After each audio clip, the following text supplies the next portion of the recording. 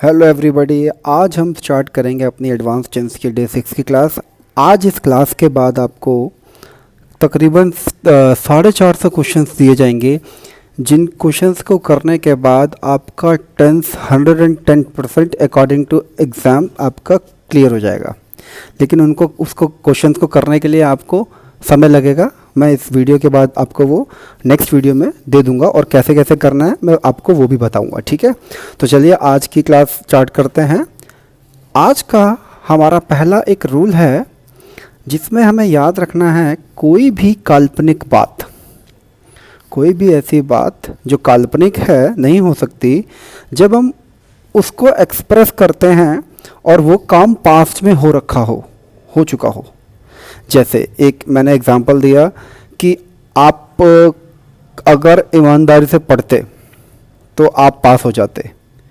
तो अब यहाँ पे रिज़ल्ट तो आ चुका कि आप फेल हो चुके हैं और अब आप कामयाब नहीं हुए, तो अब जो मैं बात बोल रहा हूँ वो तो एक काल्पनिक बात मानी जाएगी ना। तो इसका एक स्ट्रक्चर होता है, वो स्ट्रक्चर आप लोगों के स्क्रीन पे है, देखिए। If plus subject plus had plus verb की थर्ड फॉर्म, और उसके बाद कोमा के इस तरफ subject plus would could might have plus verb की थर्ड फॉर्म प्लस ऑब्जेक्ट। तो ये सेंटेंस का आपको ध्यान, इस स्ट्रक्चर का आपको ध्यान रखना है। ये जो बनावट है इसमें ध्यान रखना है आपको कि अगर हैड प्लस वर्ब की थर्ड फॉर्म, देखो अंडरलाइन कर दिया मैंने मेन, हैड प्लस वर्ब की थर्ड फॉर्म अगर आपको दिखती है इस तरफ, इफ अगर मगर तगर टाइप के जो वर्ड्स होते हैं इनके साथ, तो अगला जो कॉमा के बाद सेंटेंस होगा उसमें आपको हमेशा हमेशा हमेशा ये जो मैं अंडरलाइन कर रहा हूं would could might have plus verb की थर्ड फॉर्म लगानी है।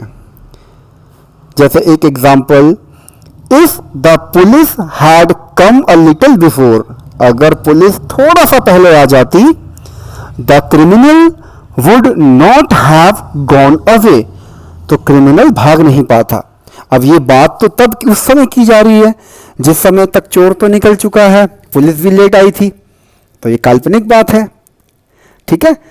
और इसी सेंटेंस को अगर आप चाहो तो एक नए स्ट्रक्चर के बिहाफ पे भी लिख सकते हो। देखिए उसमें क्या होगा, अगर आपका हैड, पहले स्ट्रक्चर देख लीजिए, हैड से स्टार्ट है, बाकी सारा का सारा सेम रहेगा, कोई चेंज नहीं होगा। तो इस स्ट्रक्चर में देखिए क्या किया इसने, इफ नहीं लगाया और हैड को पहले लगा दिया। इन्वर्जन कहते हैं इसको। फिलहाल तो मैं सिंपल भाषा में बात करूंगा कि अगर आप हैड को पहले लगा देते हैं तो आपको ध्यान रखना है बहुत अच्छे तरीके से कि सेंटेंस का मतलब सेम वही निकलेगा। जैसे ऊपर अभी मैंने जो पुलिस वाला एग्जांपल दिया उसको दोबारा एक बार देखिए नए सिरे से। Had the police come a little before, मैंने इफ नहीं लगाया, had the police come a little before, बाकी सारा सेंटेंस बिल्कुल same, the criminal would not have gone away, ठीक है। तो आपको ध्यान रखना है ये दोनों स्ट्रक्चर, अगर इफ से स्टार्ट हो रहा है तो if plus subject plus had होता है, और अगर हैड से स्टार्ट हो रहा है तो भी उसका सेम मतलब रहेगा, इफ नहीं लगता वहां पे। बस कोई डाउट इसमें? जैसे एक example, had the student studied honestly, had the student studied honestly he would have succeed. अब देखिए हैड से स्टार्ट हुआ तो कोई दिक्कत नहीं है, और अगर इसी को मैं चाहता तो ऐसे भी बोल सकता था, if the student had studied honestly, बाकी sentence same, he would have succeeded, वो पास हो जाता, ठीक है। ये रूल समझ में आया। अब हम बढ़ते हैं अपने अगले रूल की तरफ। अगला रूल देखो ये कहता है, फ्यूचर टेंस की जब हम बात करते हैं तो सबको पता है कि फ्यूचर के लिए विल और शैल का यूज़ किया जाता, मैं जाऊंगा, मैं ये करूंगा। लेकिन कुछ ऐसे फ्यूचर टेंस को एक्सप्रेस करने के स्ट्रक्चर होते हैं, जैसे मैं गाड़ी लेने वाला हूँ, है ना। जैसे ये पेशेंट मरने वाला है, तो इसमें लास्ट में गागेगी नहीं है, वाला है, वाले हैं, वाली है, इस तरह से आता है। जैसे मैं यहाँ बैठा हूँ, मैंने कहा मैं बस गाड़ी खरीदने जा रहा हूँ, तो इसका मतलब यह है कि हाँ बस मैं चला जाऊंगा भविष्य में, ठीक है।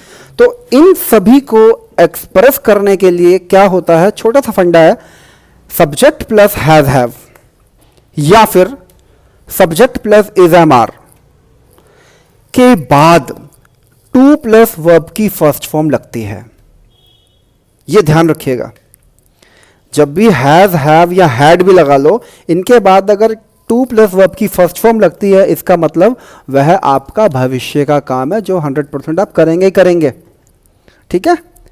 अब जैसे एक एग्जांपल है, आई हैव टू पे द फीस, मुझे फीस जमा करनी है, कंपल्शन है, बाध्यता है, करनी ही करनी है फ्यूचर में। जैसे he is to come in time, उसे समय पर आना ही आना है। ठीक है। एक एग्जांपल देख लो और, she has to do this work at any cost, उसे हर कीमत पर इस काम को करना है। हैज के बाद देखो टू लग गया, तो टू के बाद आपको डू लगा दिया, डू मतलब वर्ब की फर्स्ट फॉर्म मानी जाती है। एक और एग्जांपल देखिए, the patient is about to die, patient is लग गया, इसके बाद आपका देखो अबाउट तो लगा, connect connect, about to die, तो वही एक स्ट्रक्चर है।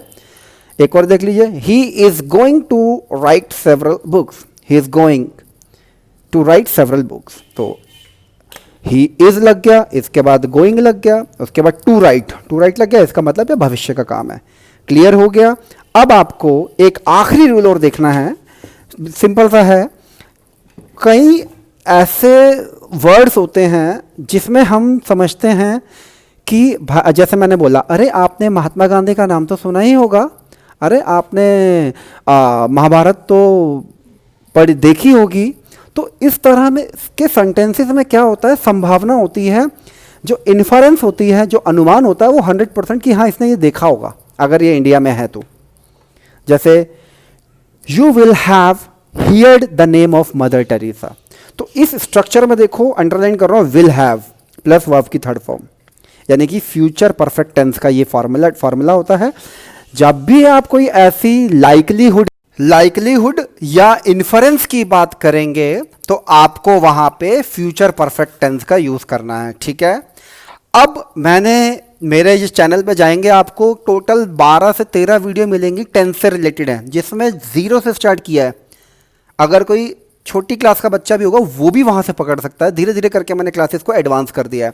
तो इन सभी क्लासेस को आप देखो, 10 से 12 लेक्चर्स हैं, बड़े छोटे छोटे लेक्चर्स बना रहा हूँ मैं। इन लेक्चर्स को स्टडी कर लो, क्योंकि अब आपको जो नेक्स्ट वीडियो में मैं दूंगा काम, वो 450 क्वेश्चन है, आपको वो रखना है और उसको करना है। उसके बाद टेंस आपका 110% कंप्लीट। ठीक है। Okay, bye bye, take care.